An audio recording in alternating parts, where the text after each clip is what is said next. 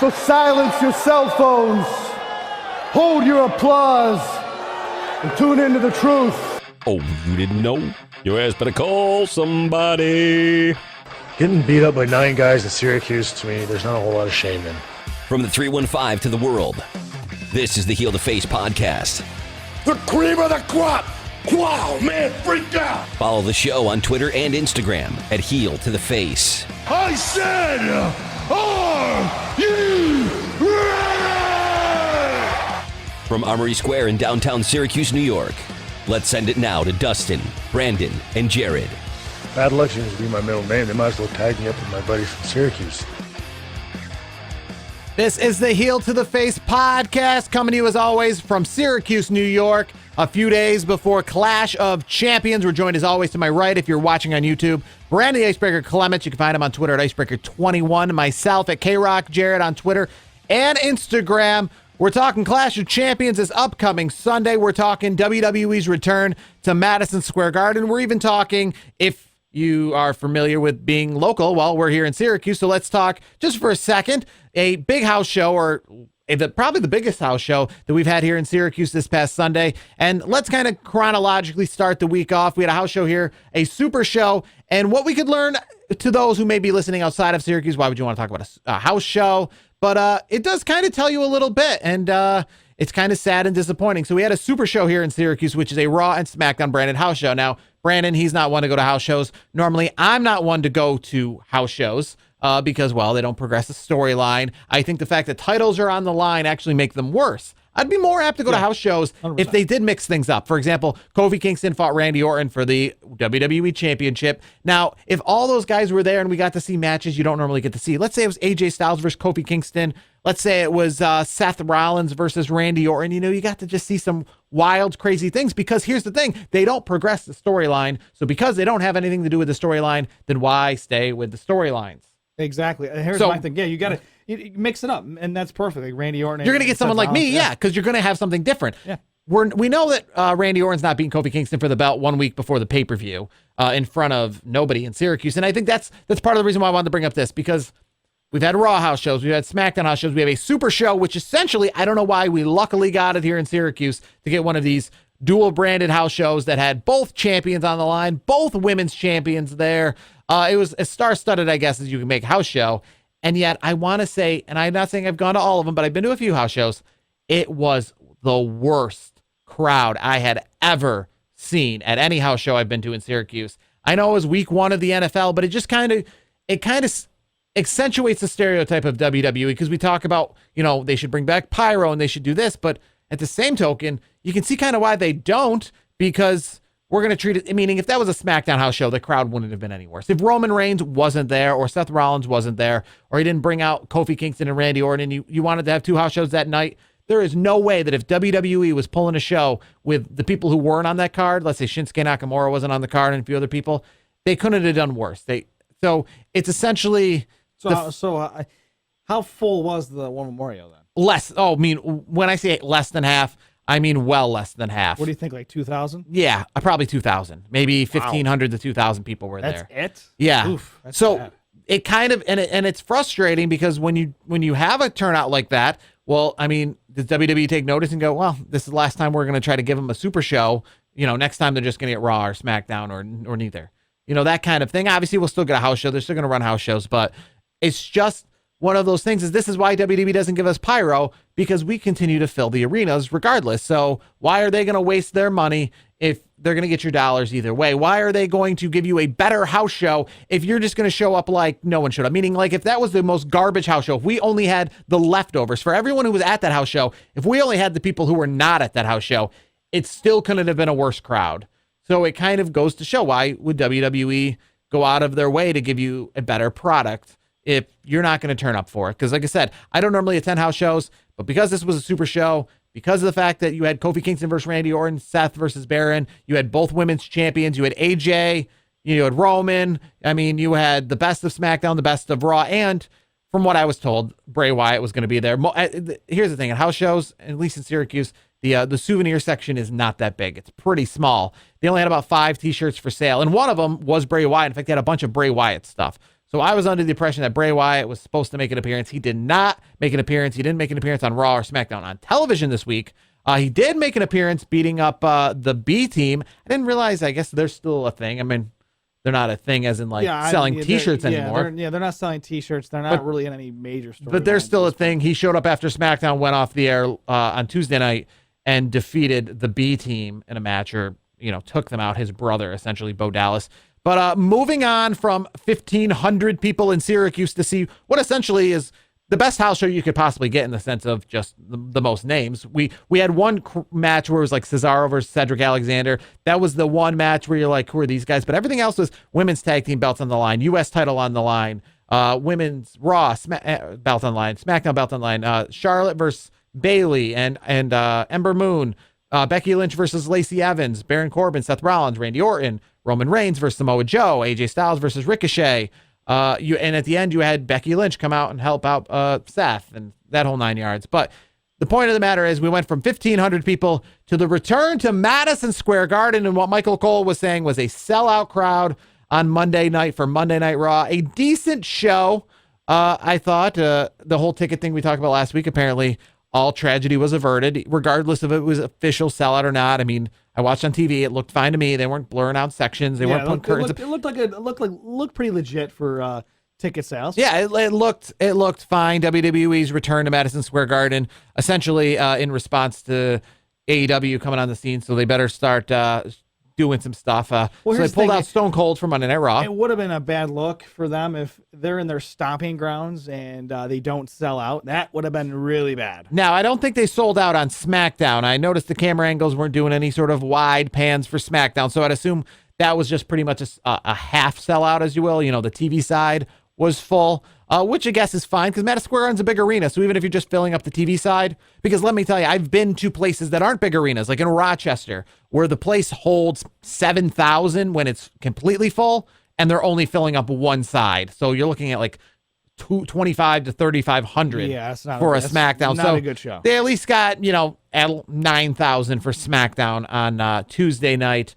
But the King of the Ring finals is set, but before we talk about, the fact that, Kevin Owens helped Chad Gable and Elias was hurt, the fact that these now have been moved to Monday Night Raw, what does that do to the King of the Ring? Do you think that hurts it at all, the fact that this won't be on pay-per-view, the finals are next Monday night on Raw instead of at Clash of Champions this Sunday? Yeah, I don't like the fact that they're doing it like that. I feel like they should have had it on the pay-per-view. That's just my look on it. And hopefully my boy Chad Gable pulls it out. That was interesting. I didn't know it until afterwards. Elias was not on the card. He wasn't participating in that match because of injury. So I didn't know that was going to happen. And as soon as I saw Shane in there, I was like, oh God, please, for the love of God, can we not do another Shane McMahon thing? Thankfully, we didn't. Kevin Owens, Kevin Owens kind of screwed him a little bit there. The whole Kevin Owens thing, it's losing steam in my book. It's not where it should be. So I'm kind of disappointed with that, but to the match itself, I'm really pulling for Chad Gable. I've noticed recently we've had a few matches in WWE where the storylines for some are going not directly up against the pay-per-view, maybe against the next pay-per-view. For example, the Roman Reigns thing, we're going to get a Clash of Champions against Rowan. That's something that started before SummerSlam, so neither of those guys were on the SummerSlam cards because their storyline was still building. Kevin Owens versus Shane McMahon, they're in the midst of a storyline despite the fact that there's the Clash of Champions this Sunday. So their match, which eventually, obviously, we are going to get again, but their rematch is not going to happen at Clash of Champions on Sunday, so it's probably going to skip a month and go on to Hell in a Cell next month. So you think 2 months in a row, we've had SmackDown go off the air with storylines that are not full yet, but yet the pay-per-view is this weekend.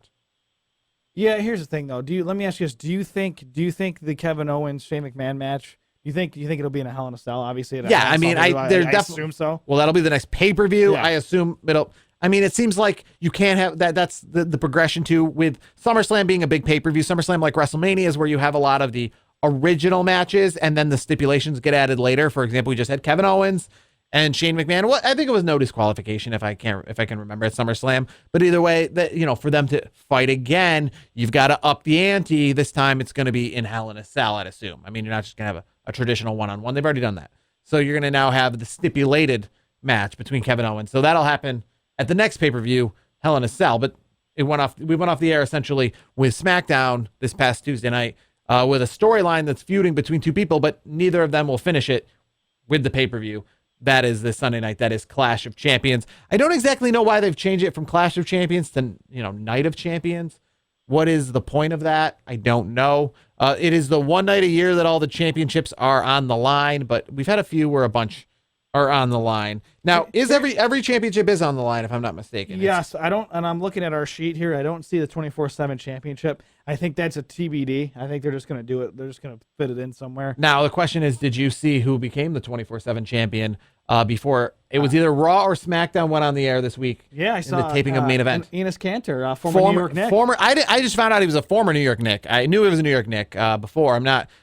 I guess I'm not up in the off-season trades. I knew he was a New York Knick during the season, but he's a Boston Celtic now. So that's kind of a weird gimmick for them to pull out somebody who's actually like a heel athlete to win the belt. And why would he essentially want to have such bad blood?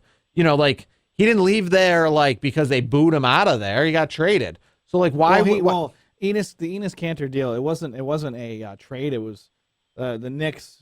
The Knicks didn't really want to sign him, so they once the deal was done, they were done. Okay, so you know more about the NBA. I'm a Knicks fan, yeah. You know more about the sports side of this, so maybe then you can tell me exactly what good did it do him to kind of do this to his New York brethren. I think what it was, it's the typical New York Boston thing. So knowing that he's in, he loves the city of New York. He's been on record saying he loves it here. He didn't want to leave New York. He wanted to play for the Knicks for the rest of his career, but obviously. But he wanted to go out looking like a jerk. I think he doesn't care because he kind of plays the villain in some aspects because he's one of those guys in the league. I would consider him kind of a goon a little bit because he's kind of, he speaks the truth and a lot of times people, they ruffle their feathers and things like that. So I think it was something perfect for him because he loves New York. I believe he still probably lives in New York in the off season. So I thought it was cool because obviously as a baseball, this relates more to you because you're a baseball guy. Obviously everybody knows Yankees, Red Sox. So New York, Boston, it's across the whole sports landscape. So I thought it was great great gimmick that he won the title and lost it. Obviously we felt like he was going to lose it anyways, but Good. So that happened while they were at Madison Square Garden this week. Obviously we talked about Bray Wyatt. We saw The Undertaker attack Sami Zayn. So The Undertaker was essentially the version of what we saw Stone Cold Steve Austin be on Monday Night Raw, just kind of the gimmick to get people to come out to the Garden. Now, it's kind of funny while watching The Undertaker. He is really, it's strange to say this, but I feel like Stone Cold's a Raw guy, going way back to the origins of this brand extension. Stone Cold seems to be a Raw guy. Undertaker, I guess I recognize him more with SmackDown. Meaning, if you did this the other way around, the optics would have been off for me. Yeah, seeing Undertaker on SmackDown seems to be something I'm used to. Yeah, I agree. I think Undertaker, of course, the whole American Badass thing that we all remember, that was kind of, part of the SmackDown era back when we were younger. Yes. Stone Cold, it's always good to see Stone Cold. I don't think Stone Cold was ever a SmackDown guy, was he? Maybe in short spurts, but he was, to me, all the memories that I know of, obviously Stone Cold Stunner on Vince for the first time was on Raw.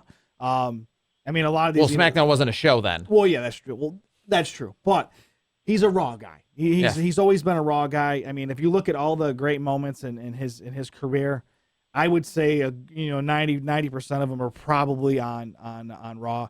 Now, I do want to say there was one thing, I believe it was on SmackDown though. I believe there was this huge brawl where it was the WWE guys versus it was like the Invasion, so to speak. Okay. Where Stone Cold pretty much beat up the whole opposing locker room, so to speak. So I think that was on SmackDown. I want to say that was what was it, 2001? That would have been 2001. That was the Invasion angle then. Yeah. But who, and here's the question, I guess, is kind of the same. It kind of reminds me of players who play for two teams and maybe they've played for their new team for so long now that you forget that they played for an old team. So John Cena, what brand, I guess, would you put with him? Because to me, I still look at John Cena, and I think because he started at SmackDown. But I feel like, if you think about it, he's probably had just as much time on Raw in the sense of remember he got traded over to Raw after WrestleMania 21, the one in Los Angeles. So he was sent back over to Monday Night Raw when Batista was sent to SmackDown, And I feel like he's probably been on Raw just as much as he's been on SmackDown. But for some reason, like you, I recognize him more with SmackDown. 100%, I don't know if 100%. that's just because that's where he started. Meaning Like his 2 years, he could have started 2 years on SmackDown and then went for 5 years on Raw. But for some reason, I recognize him more on. Well, yeah, SmackDown. he had one of the most memorable moments in SmackDown history, anyways, with the whole Kurt Angle thing, the ruthless aggression thing. So to me, he's always synonymous, with SmackDown. So I mean, when a day comes, you're gonna see a lot of highlights from SmackDown. I feel like in his Hall of Fame induction, you'll see more. I think you'll see more of SmackDown versus Raw. I think he was born on SmackDown. Yeah, 100%, 110%. I want to say like that word, here's a good one. Has the word life, and if you know out there, can send us a message. Has the word life song, maybe not like recently. I don't think it's been played recently anyways, other than WrestleMania this past year when he made that return. Yeah. But has John Cena with the word life gimmick been on Monday Night Raw? Because I want to say when he got traded over I don't think after so. WrestleMania 22, when he was the WWE champion after beating JBL, Batista went to SmackDown. He went to Raw because I remember it was in St. Louis. He went to Monday Night Raw. He started a feud with Chris Jericho because it was right when Batista Triple H feud was ending, and Batista then went over to SmackDown and started the feud with JBL. And John Cena went to Raw, and I remember there's that big scene where he comes out because the reason I know St. Louis because he had the throwback jerseys on. He had a Spirit of St. Louis ABA jersey, and he came out with the spinner belt, and there was the first draft pick for Monday Night Raw, and that new music, The Time Is Now, played. Yeah, I was gonna say I don't think that song ever But the made word it life to back the- when he was a heel, when he made his debut, I want to say he made his debut in 2002. His WWE 02. debut. Yeah, it was 02. Because he was at WrestleMania in 2004. He was at WrestleMania 20. He kicked things off against the Big Show as a heel. He was at WrestleMania 19 in 2003, but he was only there as a gimmick. He came out during the pre-show and he did like a rap, and he, I think, punched like a cutout of Snoop Dogg or something like that. But he didn't actually have a match at WrestleMania 19. So I think it was the previous fall that he made his debut, with The Undertaker and Kurt Angle, the whole backstage gimmick. So yeah, from 2002 when he made his debut up until 2005, he was on SmackDown. So that whole word life gimmick was exclusively a song that And honestly, I never, meaning if you went to a Raw between 2002 2005, you never saw that word life gimmick on a Monday Night Raw. That's the Titantron. best John Cena in my book. Growing up during that time, that was my favorite John Cena, gimmick, so to speak. So, Well, because he had a gimmick. Now he's just the bigger than life. yeah, That he had like the rap. He had like, he wasn't just John Cena. He had to actually be somebody different. He had to be a character. Now he can just be John Cena. Now he just comes out and he doesn't have to really say anything. He doesn't have to do anything. He doesn't have to prove anything. He doesn't have to, climb the ladder, win the King of the Ring, go out in the Royal Rumble and prove himself. He just has to be like, I'm John Cena, put me up against The Undertaker, and we're going to main event a match at a high level pay-per-view. It's like The Rock. He doesn't have to come out and like, I'm The Rock and here's my I'm back shtick, and here's my shtick, what I've always done and what I've always said. Yeah. Yeah. I mean, that's Stone Cold can do the same thing. Like we saw in Raw, he, typical Stone Cold, Yeah. with the beer bash and everything. I did notice though, sometimes he would go like, he would go with his fist up, for those on YouTube, just his fist up. He put the middle fingers up on Raw this past week, if I'm not mistaken. That was cool. Speaking of going a little there, and I'm surprised because not just they did this, but they did it on SmackDown. But the Randy Orton thing with Kofi Kingston, talking, I think he said bullshit to Kofi Kingston in his whole shtick trying to build up to their match at Clash of Champions.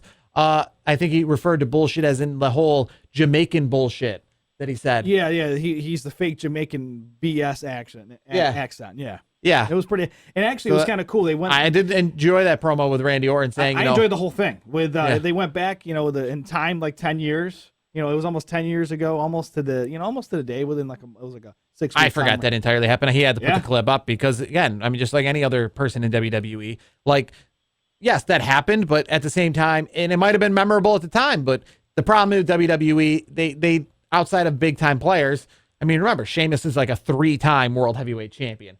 Being a 3-time or 4-time world heavyweight champion, that means he's had probably 15 title defenses in his career. Yeah.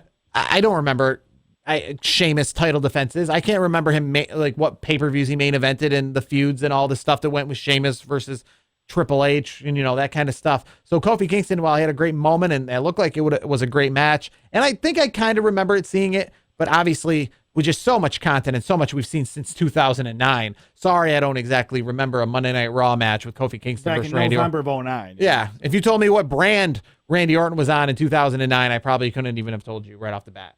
Yeah.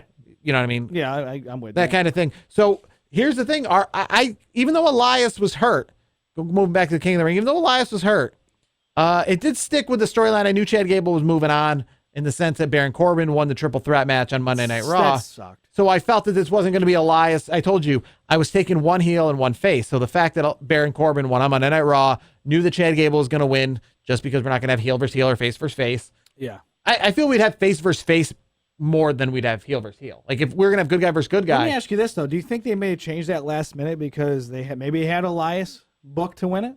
No, I don't think that they had Elias booked to win it, regardless, because of the fact that if Baron Corbin was booked to win it, I don't see them having Baron Corbin versus Elias. I feel like it's two heels. Yeah. Yes, you're not gonna have both because again, in your world where you cheer for the good guys, who would you cheer for? Yeah, you wouldn't. Well, I mean, the WWE universe would root for Elias. Like I'm rooting for Baron Corbin. I won't lie. But here's the thing, though. Baron Corbin's getting a little bit of a pop now. There's some fans in MSG. I know it's a different kind of audience a lot of times, MSG. But Baron Corbin's getting a lot. I've been hearing some more cheers, more reaction out of him. Not boos. I've been hearing some more cheers. So we'll see where that goes. We'll just start things off because we're obviously Monday night. We won't have the show going on then. Who do you see winning King of the Ring on Monday night? I'm picking Baron Corbin. Well, I'm going the other way, of course. I'm going with Chad Gable. Chad Gable. Yeah, Chad Gable's my guy. That would be the push. He needs the push. The push of the push. Yeah, he's a new version of Kurt Angle, especially with the wrestling pedigree, Olympics, and everything like that. So I'm not saying he's going to have the Hall of Fame career like Kurt Angle, but it is good to see that they're going to actually use Gable the way they should. All right, so we move on to now talking Clash of Champions this upcoming Sunday, including kickoff show. We've got 11 matches on the card. It's a full show. I say, is this Humberto Carrillo? We'll start things off on what appears will be on the kickoff show, the triple threat for the Cruiserweight Champion. Now, I know Drew Gulak and Lince Dorado versus Humberto Carrillo. Lince. It's a Humberto Carrillo. You know what about that guy that we saw face Rey Mysterio on Monday night? Where's he in the mix? Probably because they used him for other things. I don't know. I thought we should have saw more of him. They were talking that was his big break right there. Who do you got? I'm gonna stick with Gulak. He's been a champion for a while, so I'm gonna pick Drew Gulak to win this as well. Mainly because it would be unfair if I picked anyone else, just for the fact I have no idea who these people are. I don't watch 205 Live, and I thought that I at least knew something about 205 Live, but I think as months go on, I know less and less. NXT though. Carrillo's also on NXT, so I've seen him. I'm familiar with him a little bit. I haven't seen him a ton, I'll be honest, but I have seen him on NXT. That's where I got my exposure to him. So this match might be on the kickoff show as well. The tag team championships of WWE SmackDown. The New Day were the current champions, taking on the Revival and I guess the Revival. They were the former champs, if I'm mistaken. So it's the rematch. Who do you see winning this? Push the Revival. Let's go. The Revival's got it. I'm going with them. You're going with the Revival? Yep. Yeah, I'll go with the Revival as well, winning the tag team belts. Probably on the kickoff show because that would be 9 matches for the main card. That seems like enough, especially it's a pretty star-studded event. We'll start with the singles match for the WWE Women's SmackDown Championship. Bayley versus Charlotte in her home city, the city she's named after, at least character-wise. Charlotte, North Carolina, Flair country. I mean, obviously, it's such Flair country. Her real name's Ashley, but it's Charlotte for a reason because that's how synonymous the Flair family is with this city. Charlotte versus Bayley. Who you got? I'm going with Bayley. I think there's going to be a Sasha Banks involvement in this match. Some underhanded tactics. Yes, I think Bayley's going. She's going in that direction as a heel. Is she a heel right now? She's kind of in between right now. Because honestly. I saw her at the house show, and let me tell you, it was like I didn't know because she came out like traditional Bayley and hugging girl, but she had that like look to her like she high-fived, then she like kind of like came back like, oops, wait, am I supposed to? I forget.